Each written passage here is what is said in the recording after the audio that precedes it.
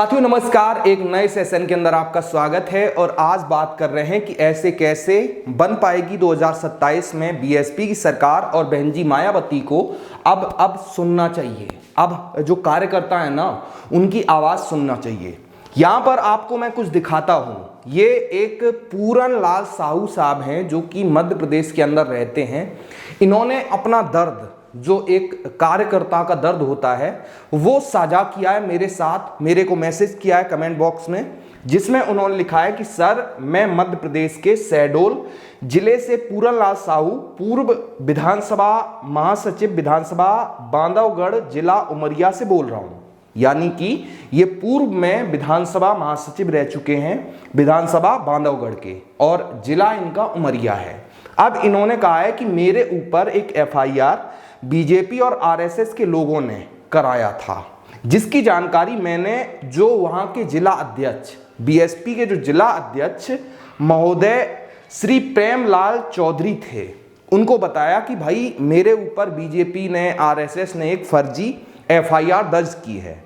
इसके बाद ये बताते हैं कि जब मैंने बीएसपी के जिला अध्यक्ष को ये बात बताई कि साहब मेरे ऊपर एक फर्जी एफआईआर हो चुकी है, तो उन्होंने मुझसे 10,000 रुपए की मांग करी और ये कहा कि अगर आप 10,000 रुपए हमको देते हो तो ये जो आपकी एफआईआर है उसके मामले में बीएसपी आपकी मदद करेगी।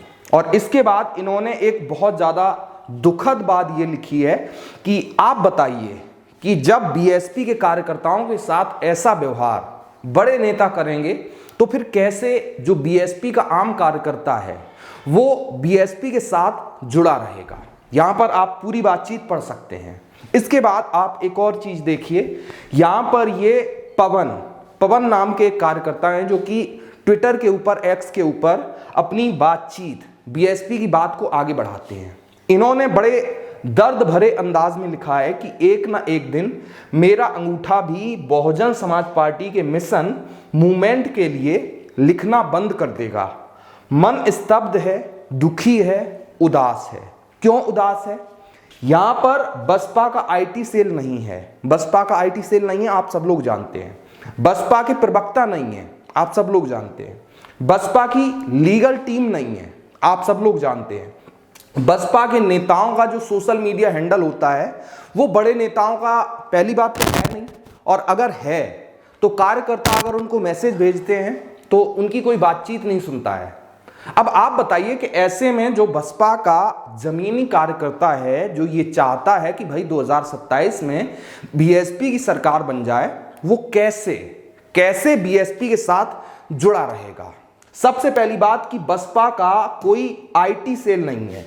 बसपा का आईटी सेल ना होने का मतलब यह है कि आप लोगों ने देखा होगा कि 2024 में समाजवादी पार्टी, बीजेपी, कांग्रेस, इन तमाम पार्टियों ने बीएसपी के बारे में तमाम झूठ फैलाए। जहां पर समाजवादी पार्टी और कांग्रेस ने यह झूठ फैलाया कि भाई जो बीएसपी है वो बीजेपी की बी टीम है, आपने देखा होगा। और जनता के पास ये झूठ पहुंचा कि भाई बहन जी मायावती तो बीजेपी की मदद करती हैं। उसके बाद आपने देखा कि बीएसपी की हालत कितनी खराब हुई। ये सिर्फ और सिर्फ इसकी वजह से है कि बसपा का आईटी सेल नहीं है। भाई जो झूठ बीएसपी के बारे में फैलाया जाता है उसको काउंटर करने के लिए कोई भी आईटी सेल नहीं है। दूसरी तरफ चाहे आप समाजवादी पार्टी की बात करें, चाहे आप बीजेपी की बात करें, चाहे आप कांग्रेस की बात करें, हर एक पार्टी का आईटी सेल है। हजारों करोड़ रुपए ये पार्टियां खर्च करती हैं आईटी सेल के ऊपर। लेकिन दूसरी तरफ जो बहुजन समाज पार्टी है, बहन जी मायावती हैं, आकाश आनंद भाई हैं, वो इसके ऊपर ध्यान नहीं दे रहे हैं। अब आप बताइए कि जब आईटी सेल नहीं होगा तब कैसे इन पार्टियों से मुकाबला हो पाएगा। अब कुछ लोग ये कहेंगे कि भाई बीएसपी के पास पैसा नहीं है, बीएसपी के पास जो चंदा आता है वो कम हो गया है, ऐसे में बीएसपी जो आईटी सेल का खर्चा है वो उठा नहीं सकती है। तो इसका आप अंदाज ऐसे लगाइए कि बीएसपी या फिर बहन जी मायावती आज ये कह दें कि भाई हमारे कार्यकर्ता हमको चंदा दें, तो मैं आपको दावा करता हूं कि प्रत्येक कार्यकर्ता, गरीब से गरीब इंसान भी, जो बाबा साहब भीमराव अंबेडकर को मानता है, जो बीएसपी को मानता है, जो बहन जी मायावती के साथ खड़ा हुआ है, वो 100-200 रुपए बड़ी आसानी के साथ पार्टी को चंदा दे सकता है। दूसरा चीज कि बसपा के प्रवक्ता नहीं है। अब आप सोच कर देखिए कि आजकल जो टीवी डिबेट होती है वहां पर खुलेआम, चाहे बीजेपी का कार्यकर्ता हो, चाहे सपा का प्रवक्ता हो, चाहे कांग्रेस का प्रवक्ता हो, वो खुलेआम टीवी के ऊपर बैठकर बहन जी के ऊपर, बीएसपी के ऊपर सवाल उठाता है, उल्टी सीधी बातें करता है। लेकिन यहां पर बीएसपी का कोई भी प्रवक्ता टीवी के अंदर नहीं जाता है। क्यों नहीं जाता है भाई? जब आपकी पार्टी के बारे में उल्टा सीधा बोला जा रहा है, जब आपकी पार्टी को, आपकी नेता बहन जी मायावती को बदनाम किया जा रहा है, तो उसका जवाब देने के लिए आपके प्रवक्ता क्यों नहीं है? इसका जवाब कौन देगा? इसके बाद बसपा की लीगल टीम नहीं है। लीगल टीम का मतलब यह है कि आप अगर बसपा को फॉलो करते हैं, ज्यादातर गरीब लोग और दलित भाई हमारे जो हैं वो बसपा के साथ बहुत मतलब मजबूती के साथ जुड़े हुए हैं। ऐसे में अगर किसी दलित के साथ, किसी गरीब के साथ बीजेपी के लोग, समाजवादी पार्टी के लोग, कांग्रेस के लोग अन्याय करते हैं, उसके खिलाफ फर्जी एफआईआर दर्ज की जाती है या फिर उसको परेशान किया जाता है, अगर पुलिस परेशान करती है, अगर प्रशासन परेशान करता है, तो यहां पर बीएसपी की कोई लीगल टीम नहीं है जो अपने कार्यकर्ताओं की मदद करे। आप सोच कर देखिए कि आपके कार्यकर्ता के साथ पार्टी खड़ी नहीं हो सकती है। ये इसका जवाब कौन देगा? इसके बाद अगली चीज कि बसपा के नेताओं का एक्स हैंडल नहीं है।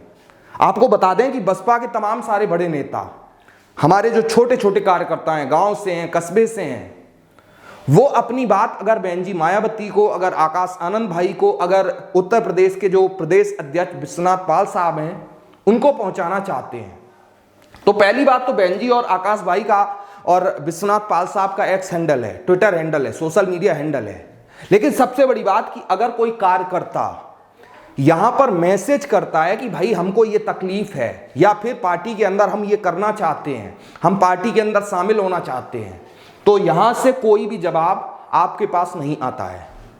जबकि दूसरी तरफ तमाम पार्टियां मतलब अपने कार्यकर्ताओं के जवाब देने का काम करती हैं। अब आप बताइए कि ऐसे कैसे 2027 में बीएसपी की सरकार बन पाएगी?